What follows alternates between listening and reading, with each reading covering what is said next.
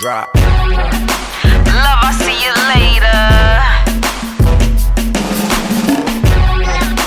Love, I'll see you later. I'm busy chasing paper. Hello, fly girls and fly guys. Welcome to the ButHerFly Boudoir. I am Madame ButHerFly and we are here. We are back with another review of Chasing Dallas Season 2, Episode 8, The Aftermath. We're going to get into it. We're going to talk about this fight. We're going to talk about the stuff going on behind the scenes. It's just a whole bunch of drama we're finna get into. So if you're ready, you know I'm ready. Let's get into it. Okay, so the show picks back up where we left off. Okay, so the fight has been broken up. Howard's people are over here. Womack is over here. Reese is holding him back. But you know, everybody's still amped up after the fight. You know what I'm saying? Like the little boy in the white towel, he trying to still go at it. He amped up. He talking shit. Howard trying to pull him back.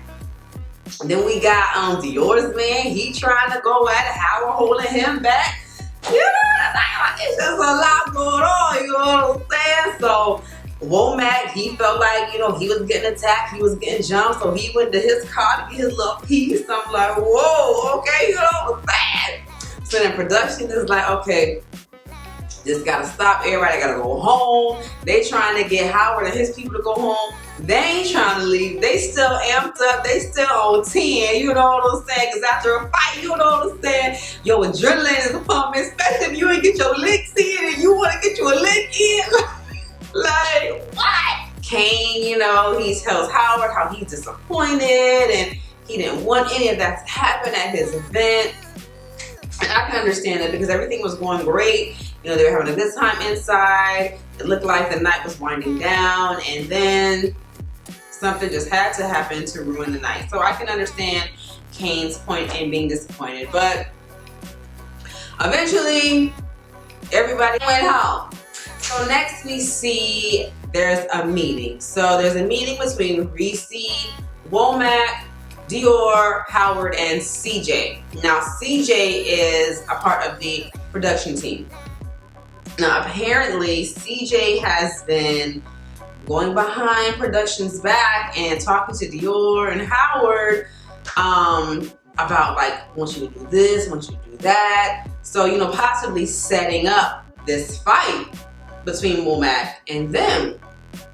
And then Dior, he had some video recordings, and apparently Reese didn't know any of this was going on, and so he suspends CJ from production.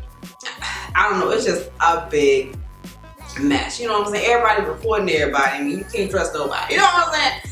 But I think at this point, the fighting should be over with. I mean, the whole thing started from either Howard talking to somebody and Womack coming in between, or Womack talking to somebody and Howard trying to come in between.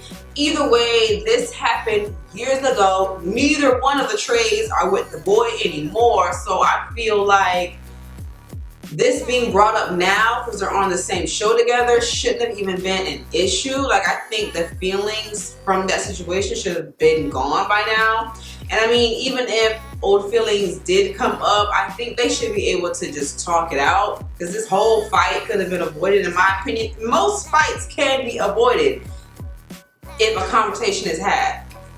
That's simply what it is. But of course, this is a reality show, so we do need drama.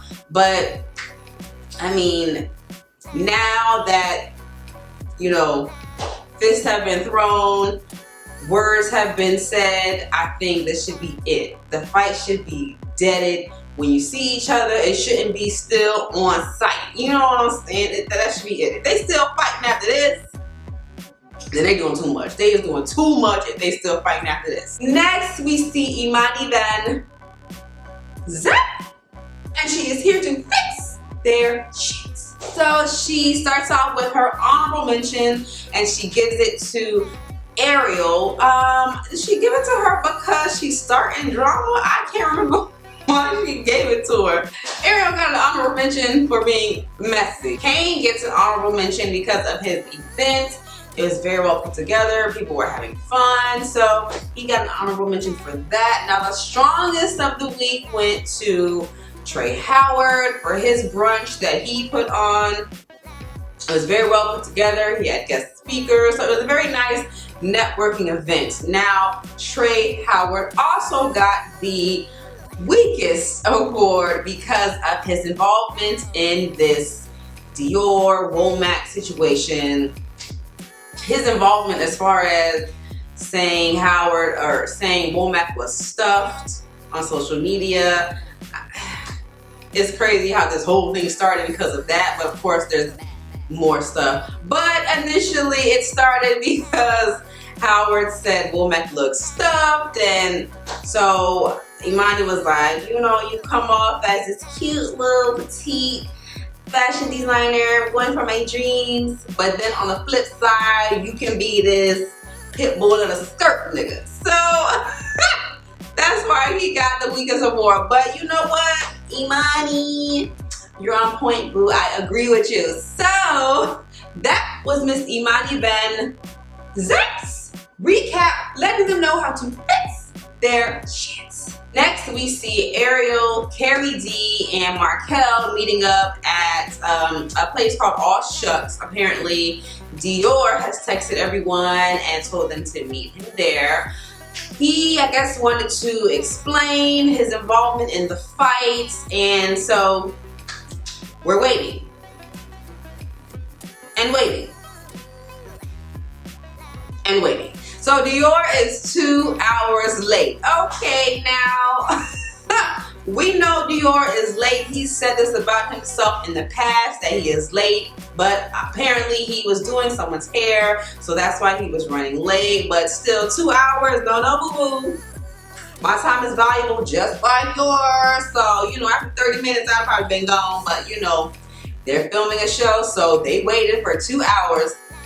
Now, I did like Ariel's confessional look for this scene. She had on Fendi print.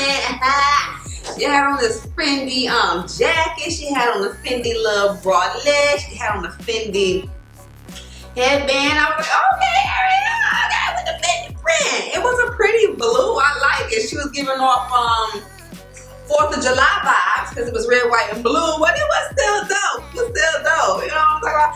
I did like Carrie in his confessional. Carrie be low-key funny. Like, Carrie be funny. Talk about, you 2 hours late. You live down the street, around the corner. Carrie be funny. I like Carrie. But Dior eventually shows up 2 hours late with his man, and they end up buying drinks for everyone because they were late. So they talk about the fight. I'm tired of talking about the fight. But they talk about it. Okay, so it's over with. Ariel's like, y'all didn't check up on me, and nah. Girl, check up on you. You the one who started this whole other thing. No. But you was kind of, you know, pulling the strings a little bit, puppet master. Anyway, they bring up the New Orleans trip, and Dior mentions how he is not going because I believe he said it's his man's birthday or someone in the family's birthday, and they already made plans. Really, Dior? Really, Dior? Now, that might be true to a certain extent, but obviously, I think we all know the real reason he's not going. And I don't blame him. They just got into this big brawl, so obviously tensions are still high. It's gonna be awkward, you know what I'm saying? People probably should be on guard while they're out. You never know if somebody trying to get back, you know what I'm saying? Like, I'm out at the club and somebody trying to sneak up behind me. So, you know what I'm saying? They haven't sat down to really talk about it and squash it enough to where they feel comfortable around each other. So I can understand why Dior is not going, but you ain't got to lie, Craig. You ain't got to lie. So next we see Kane, Ariel, and Reese G meeting up to once again discuss the event, to discuss what happened. Everybody is meeting up to talk about the fight. That's pretty much what this whole episode was about. But Kane was saying how Howard and him talked, and Howard explained or apologized for his part at the event and for ruining it towards the end, because it was going good the early part of the event. So, you know, he apologized for his part in the fight at the event. So that was good. But then Reese brings up these recordings. So CJ has let Reese hear everything, the full conversation between him, Dior, and Howard. And apparently Howard was upset and in his feelings about the whole situation, and Howard was like, so you got him beat up? And CJ was like, well, you know, I put you in rooms or in conversation with people who don't talk about you or some stuff like that. So essentially it sounded like CJ kind of set it up because he put them two together, knowing they have this beef with one another, and the night could have ended just fine at the lingerie party, but CJ apparently put the scene together and made them all come and talk. Child, I don't know.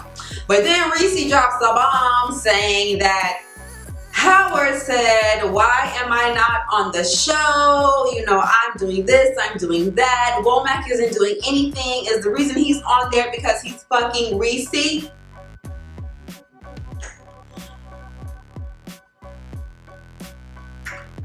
Listen, I ain't want to say nothing, and I ain't want to gossip, but I did see Reese get in the car.